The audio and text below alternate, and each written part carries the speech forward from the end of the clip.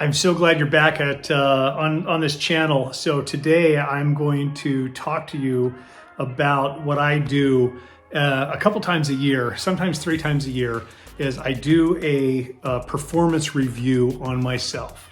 Things that are going well, things that are not going well, things that I should have done better, I should have paid attention to, all of the things good and bad in my business, and everything that I want to do that I haven't accomplished yet, the trips with my family, the trips with my friends, and all of that. So I want to go over that. And there's challenges with all of this stuff, but it's so exciting to do a performance review because you're judging yourself, right? And I'm getting excited because I'm judging myself and I get to share this with you. So I'm going to talk to you a little bit about some of the failures, and maybe I'll get a little personal with you on this channel here today. Number one, I wrote down that, did I always in the last 3 months do more for the people in my business than I got paid for?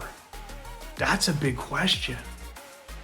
So now let's take a real estate agent business there. Did you do more for your clients than you got paid for? I hope you did, because then you're going to get the online reviews, then you're going to get the referrals, then you're going to get them talking really good about you. You probably made a friend. You probably got a thank you. That's all because you did more, right? And that's an investment. That is an investment in your future. And it is always doing more. So when you're doing your performance review, and I'm going to let you pick the topics. You can pick the topics of yourself, your business, your family, all of your friends. We're performing for all of those people in our lives, and we're contributing factors to all of their mindsets and everything that has built that relationship.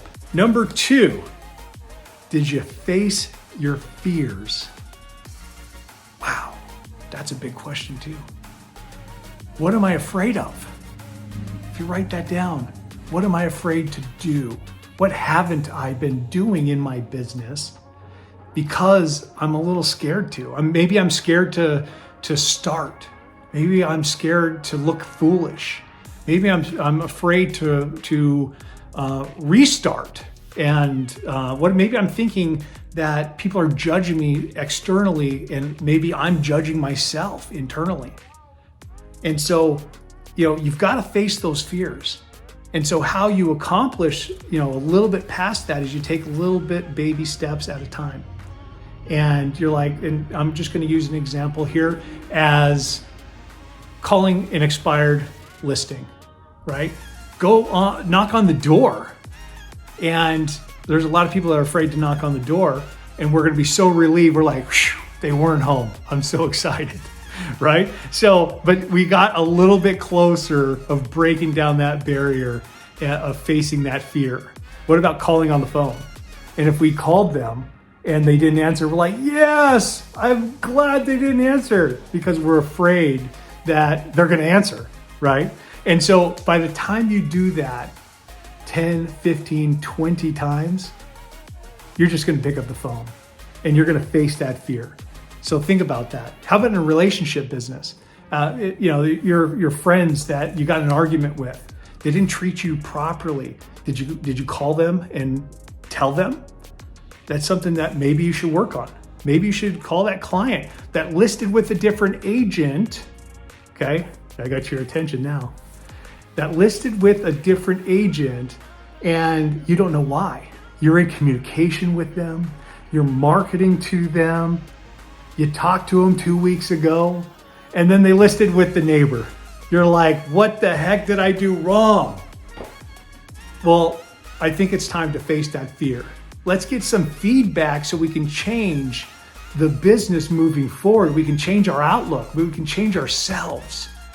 And if we can do that, if we can face that fear and get that feedback, maybe it has nothing to do with us and we did everything right, because that happens an awful lot. It happens an awful lot. They just listed with the neighbor because there was an emotional response there. They had a better connection with that person. Or that person's been marketing to them for 15 or 20 years because they've been the neighborhood expert that entire time. Maybe there's a deeper relationship out there that they're a family member or a second cousin or something like that. But face the fear and make that phone call and be like, hey, I just need some feedback. And I wanted to ask you a question. Why did you list with Betsy? I'm going to use that name for an example. And let them talk to you. Say, hey, I'm not offended.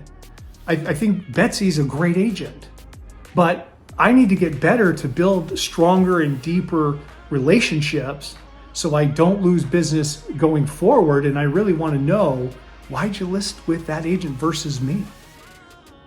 And it's okay to get vulnerable with that. And it's a really tough one to face, but I think it's worthy of your time to do so. All right, so the next one, exercise your willpower, right? This is a big one right now for a performance review, is what should I have done and what should I be doing today that I'm not doing and I don't have the willpower for? I've got to build it up. And if I could build up that willpower to make that phone call, to go face to face, to door knock, to focus on getting all my emails answered by 6 a.m., getting to the gym, what willpower do you need to increase in order to make a substantial benefit into your business? We're going to go to number, I think 4 that I put on there. How about refining your goals, your business goals? So we're into the year and we wrote down goals, hopefully last year. And are those still relevant today that are uplifting your spirit every single day where you're jumping out of bed and you're excited to accomplish those? That's something that you really need to figure out if that's still exciting. And if it's not, that's okay. Those were written a while ago. If they're not relevant to you, then get rid of them. Let's write down some new goals that we want to focus on for just this month. If we can focus this month only, and we accomplish the 1 or 2 things that we're trying to set forth to accomplish, then we're going to have a massively successful month. What do you have faith in? Do you have faith in your ability to communicate properly? How about prospect? How about do a great presentation on a listing presentation or buyer presentation or presentation over Zoom if you're doing those for out-of-town owners? And if that's the case, if you're on point with all of that, great. If you're not, what do you need to improve in order to get better at your trade? Okay, and also write down, ask for wisdom, right? You've got to have some faith in asking for some wisdom, and maybe that will come to you. So think about that for a second. All right, so the next one. All right, where are you spending the most wasted time? Right? We all waste time. I waste time, and every real estate agent out there wastes time. And I had a brokerage at one point in 2 states, 420 agents. We were very successful, and all of my agents at least wasted an hour a day. An hour a day. And at times they didn't, but let's say every single one of them, 420 agents wasted an hour a day. That's 420 hours in one day for that organization. And think about the productivity that is lost with an organization of that size. Think about if for just you, right? You've got 24 hours in a day. And if you waste 1 hour times 5 or 6 days a week, think about the productivity that you're missing out. The people that you can help, the people that you are wanting you to call them, that are waiting for your guidance. So think about that for a second, is where are you spending your time? The next one's really kind of cool. Are you investing your profits? Now, if you're winning in the real estate business right now, And there's a lot of people not winning right now. But if you're winning right now, are you buying toys or are you reinvesting into your business? That's a big thing. And if you're winning right now, you have to start reinvesting in your business if you haven't started. And I'm talking like double down. What are you doing that's causing you to win? Where are you spending that money? Is there an online lead source? Is there farming campaigns? What's working for you? And can you double down? Will that double the results if you stay on course and on that trajectory? So the next thing I wrote down on a performance review, I'm going to go back personal. And are we winning with our family? As a high performer for years and a high achiever, like I'm achieving things, I'm going after things. And sometimes achievement means ignore everybody and go forward. And I get caught up in that as well. And so if you're watching this and you're like, man, I kind of am neglecting my family, but I'm stressed out, I've got to work. Well, then let's go back to your daily schedule and let's iron that out. Every Sunday, you've got to write out what you're doing. You need 2 to 3 hours worth of prospecting every single day, 6 days a week. And your contacts should be 30 to 50 real estate conversations to perform at the highest level. And you can do that with cutting all of your conversations in half. Like there's people that will make contacts and they're like, I only got 2 contacts today. Well, why'd you only get 2 contacts today? Well, this one took an hour, this one took 40 minutes, this one took 30 minutes, whatever.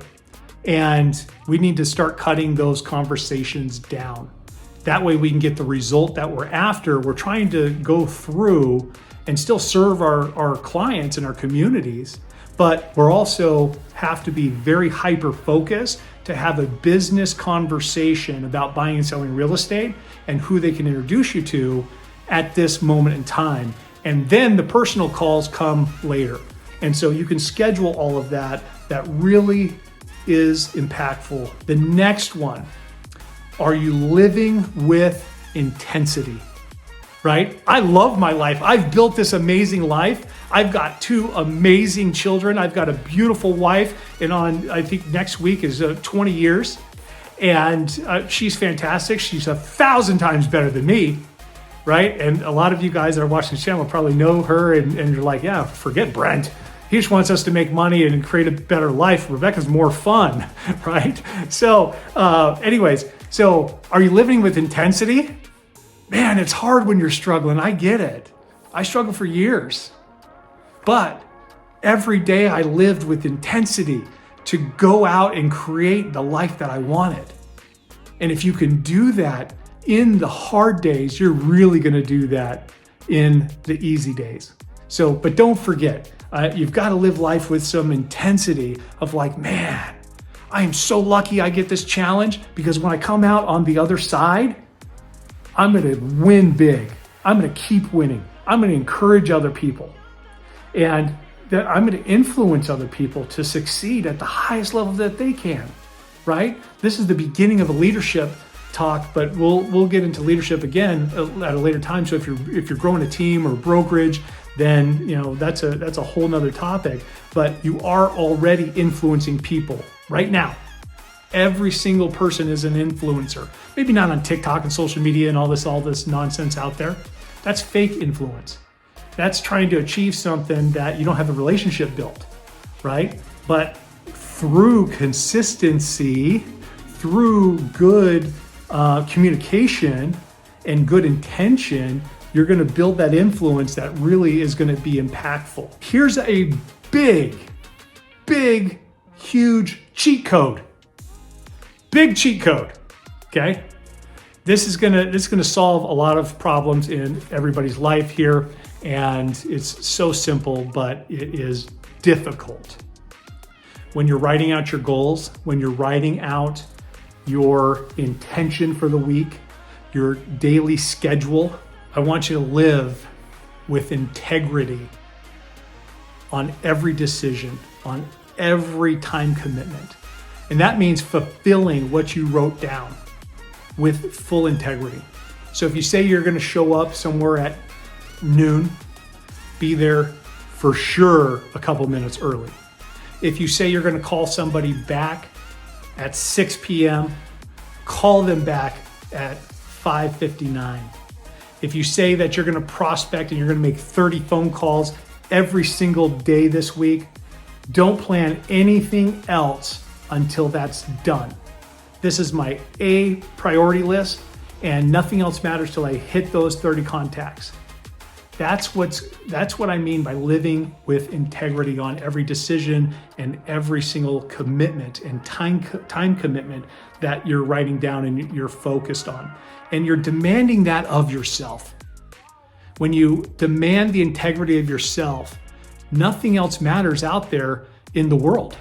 It's, hey, this is my intention. I'm hyper-focused. The next thing, this is going to tie into the integrity piece of yourself, demand integrity of yourself, is what I wrote down is welcome the disciplines in order to make that happen. And so I'm on a health journey right now. I'm down a tremendous amount of weight. I'm the strongest I've ever been. I'm lifting weights. I'm in the gym 6 days a week, and some weeks 7 days a week. But I travel a lot too. So those, if I'm out, I'm trying to hit the gym. I can't always hit it, but at least 3 times a week I'll do that if I'm traveling. And I'm welcoming these disciplines that I never had in my entire life. And it's so important. It's so, life-changing. I wanted to share it here, so that's why I wrote it down. I want to share it with you. I just want you to try it. It's going to take a little while in order to really build that up. So it is seen and it's felt that you guys are really going to enjoy, but you're really going to enjoy everything that you do when you welcome those disciplines. Another thing, fight for what is right in your life. Okay? You know what? I want everybody on this channel to make an extraordinary amount of money. But if it's not right for you today and fighting for your family time is, then that's what you need to do. If you need to fight for your health, then that's what you need to do. If you need to fight for those listings, then that's what you need to do. It's okay to have everything else take a back seat. That's perfectly okay. And give yourself permission in order to fight for what's right in your life and to let everything else take a back seat. This is another principle I wrote down. I fought a good fight and I kept my faith in the process. Okay, so I kept the faith in the process. If you didn't achieve the exact outcome, but you became stronger, that's a huge win. Because the next time you take up that challenge, you're gonna go further. You're gonna get it done faster. You're gonna achieve a little bit more and just offer yourself some grace and try again. All right, I hope this has been impactful for you. Look forward to sharing more knowledge on another video. Take care.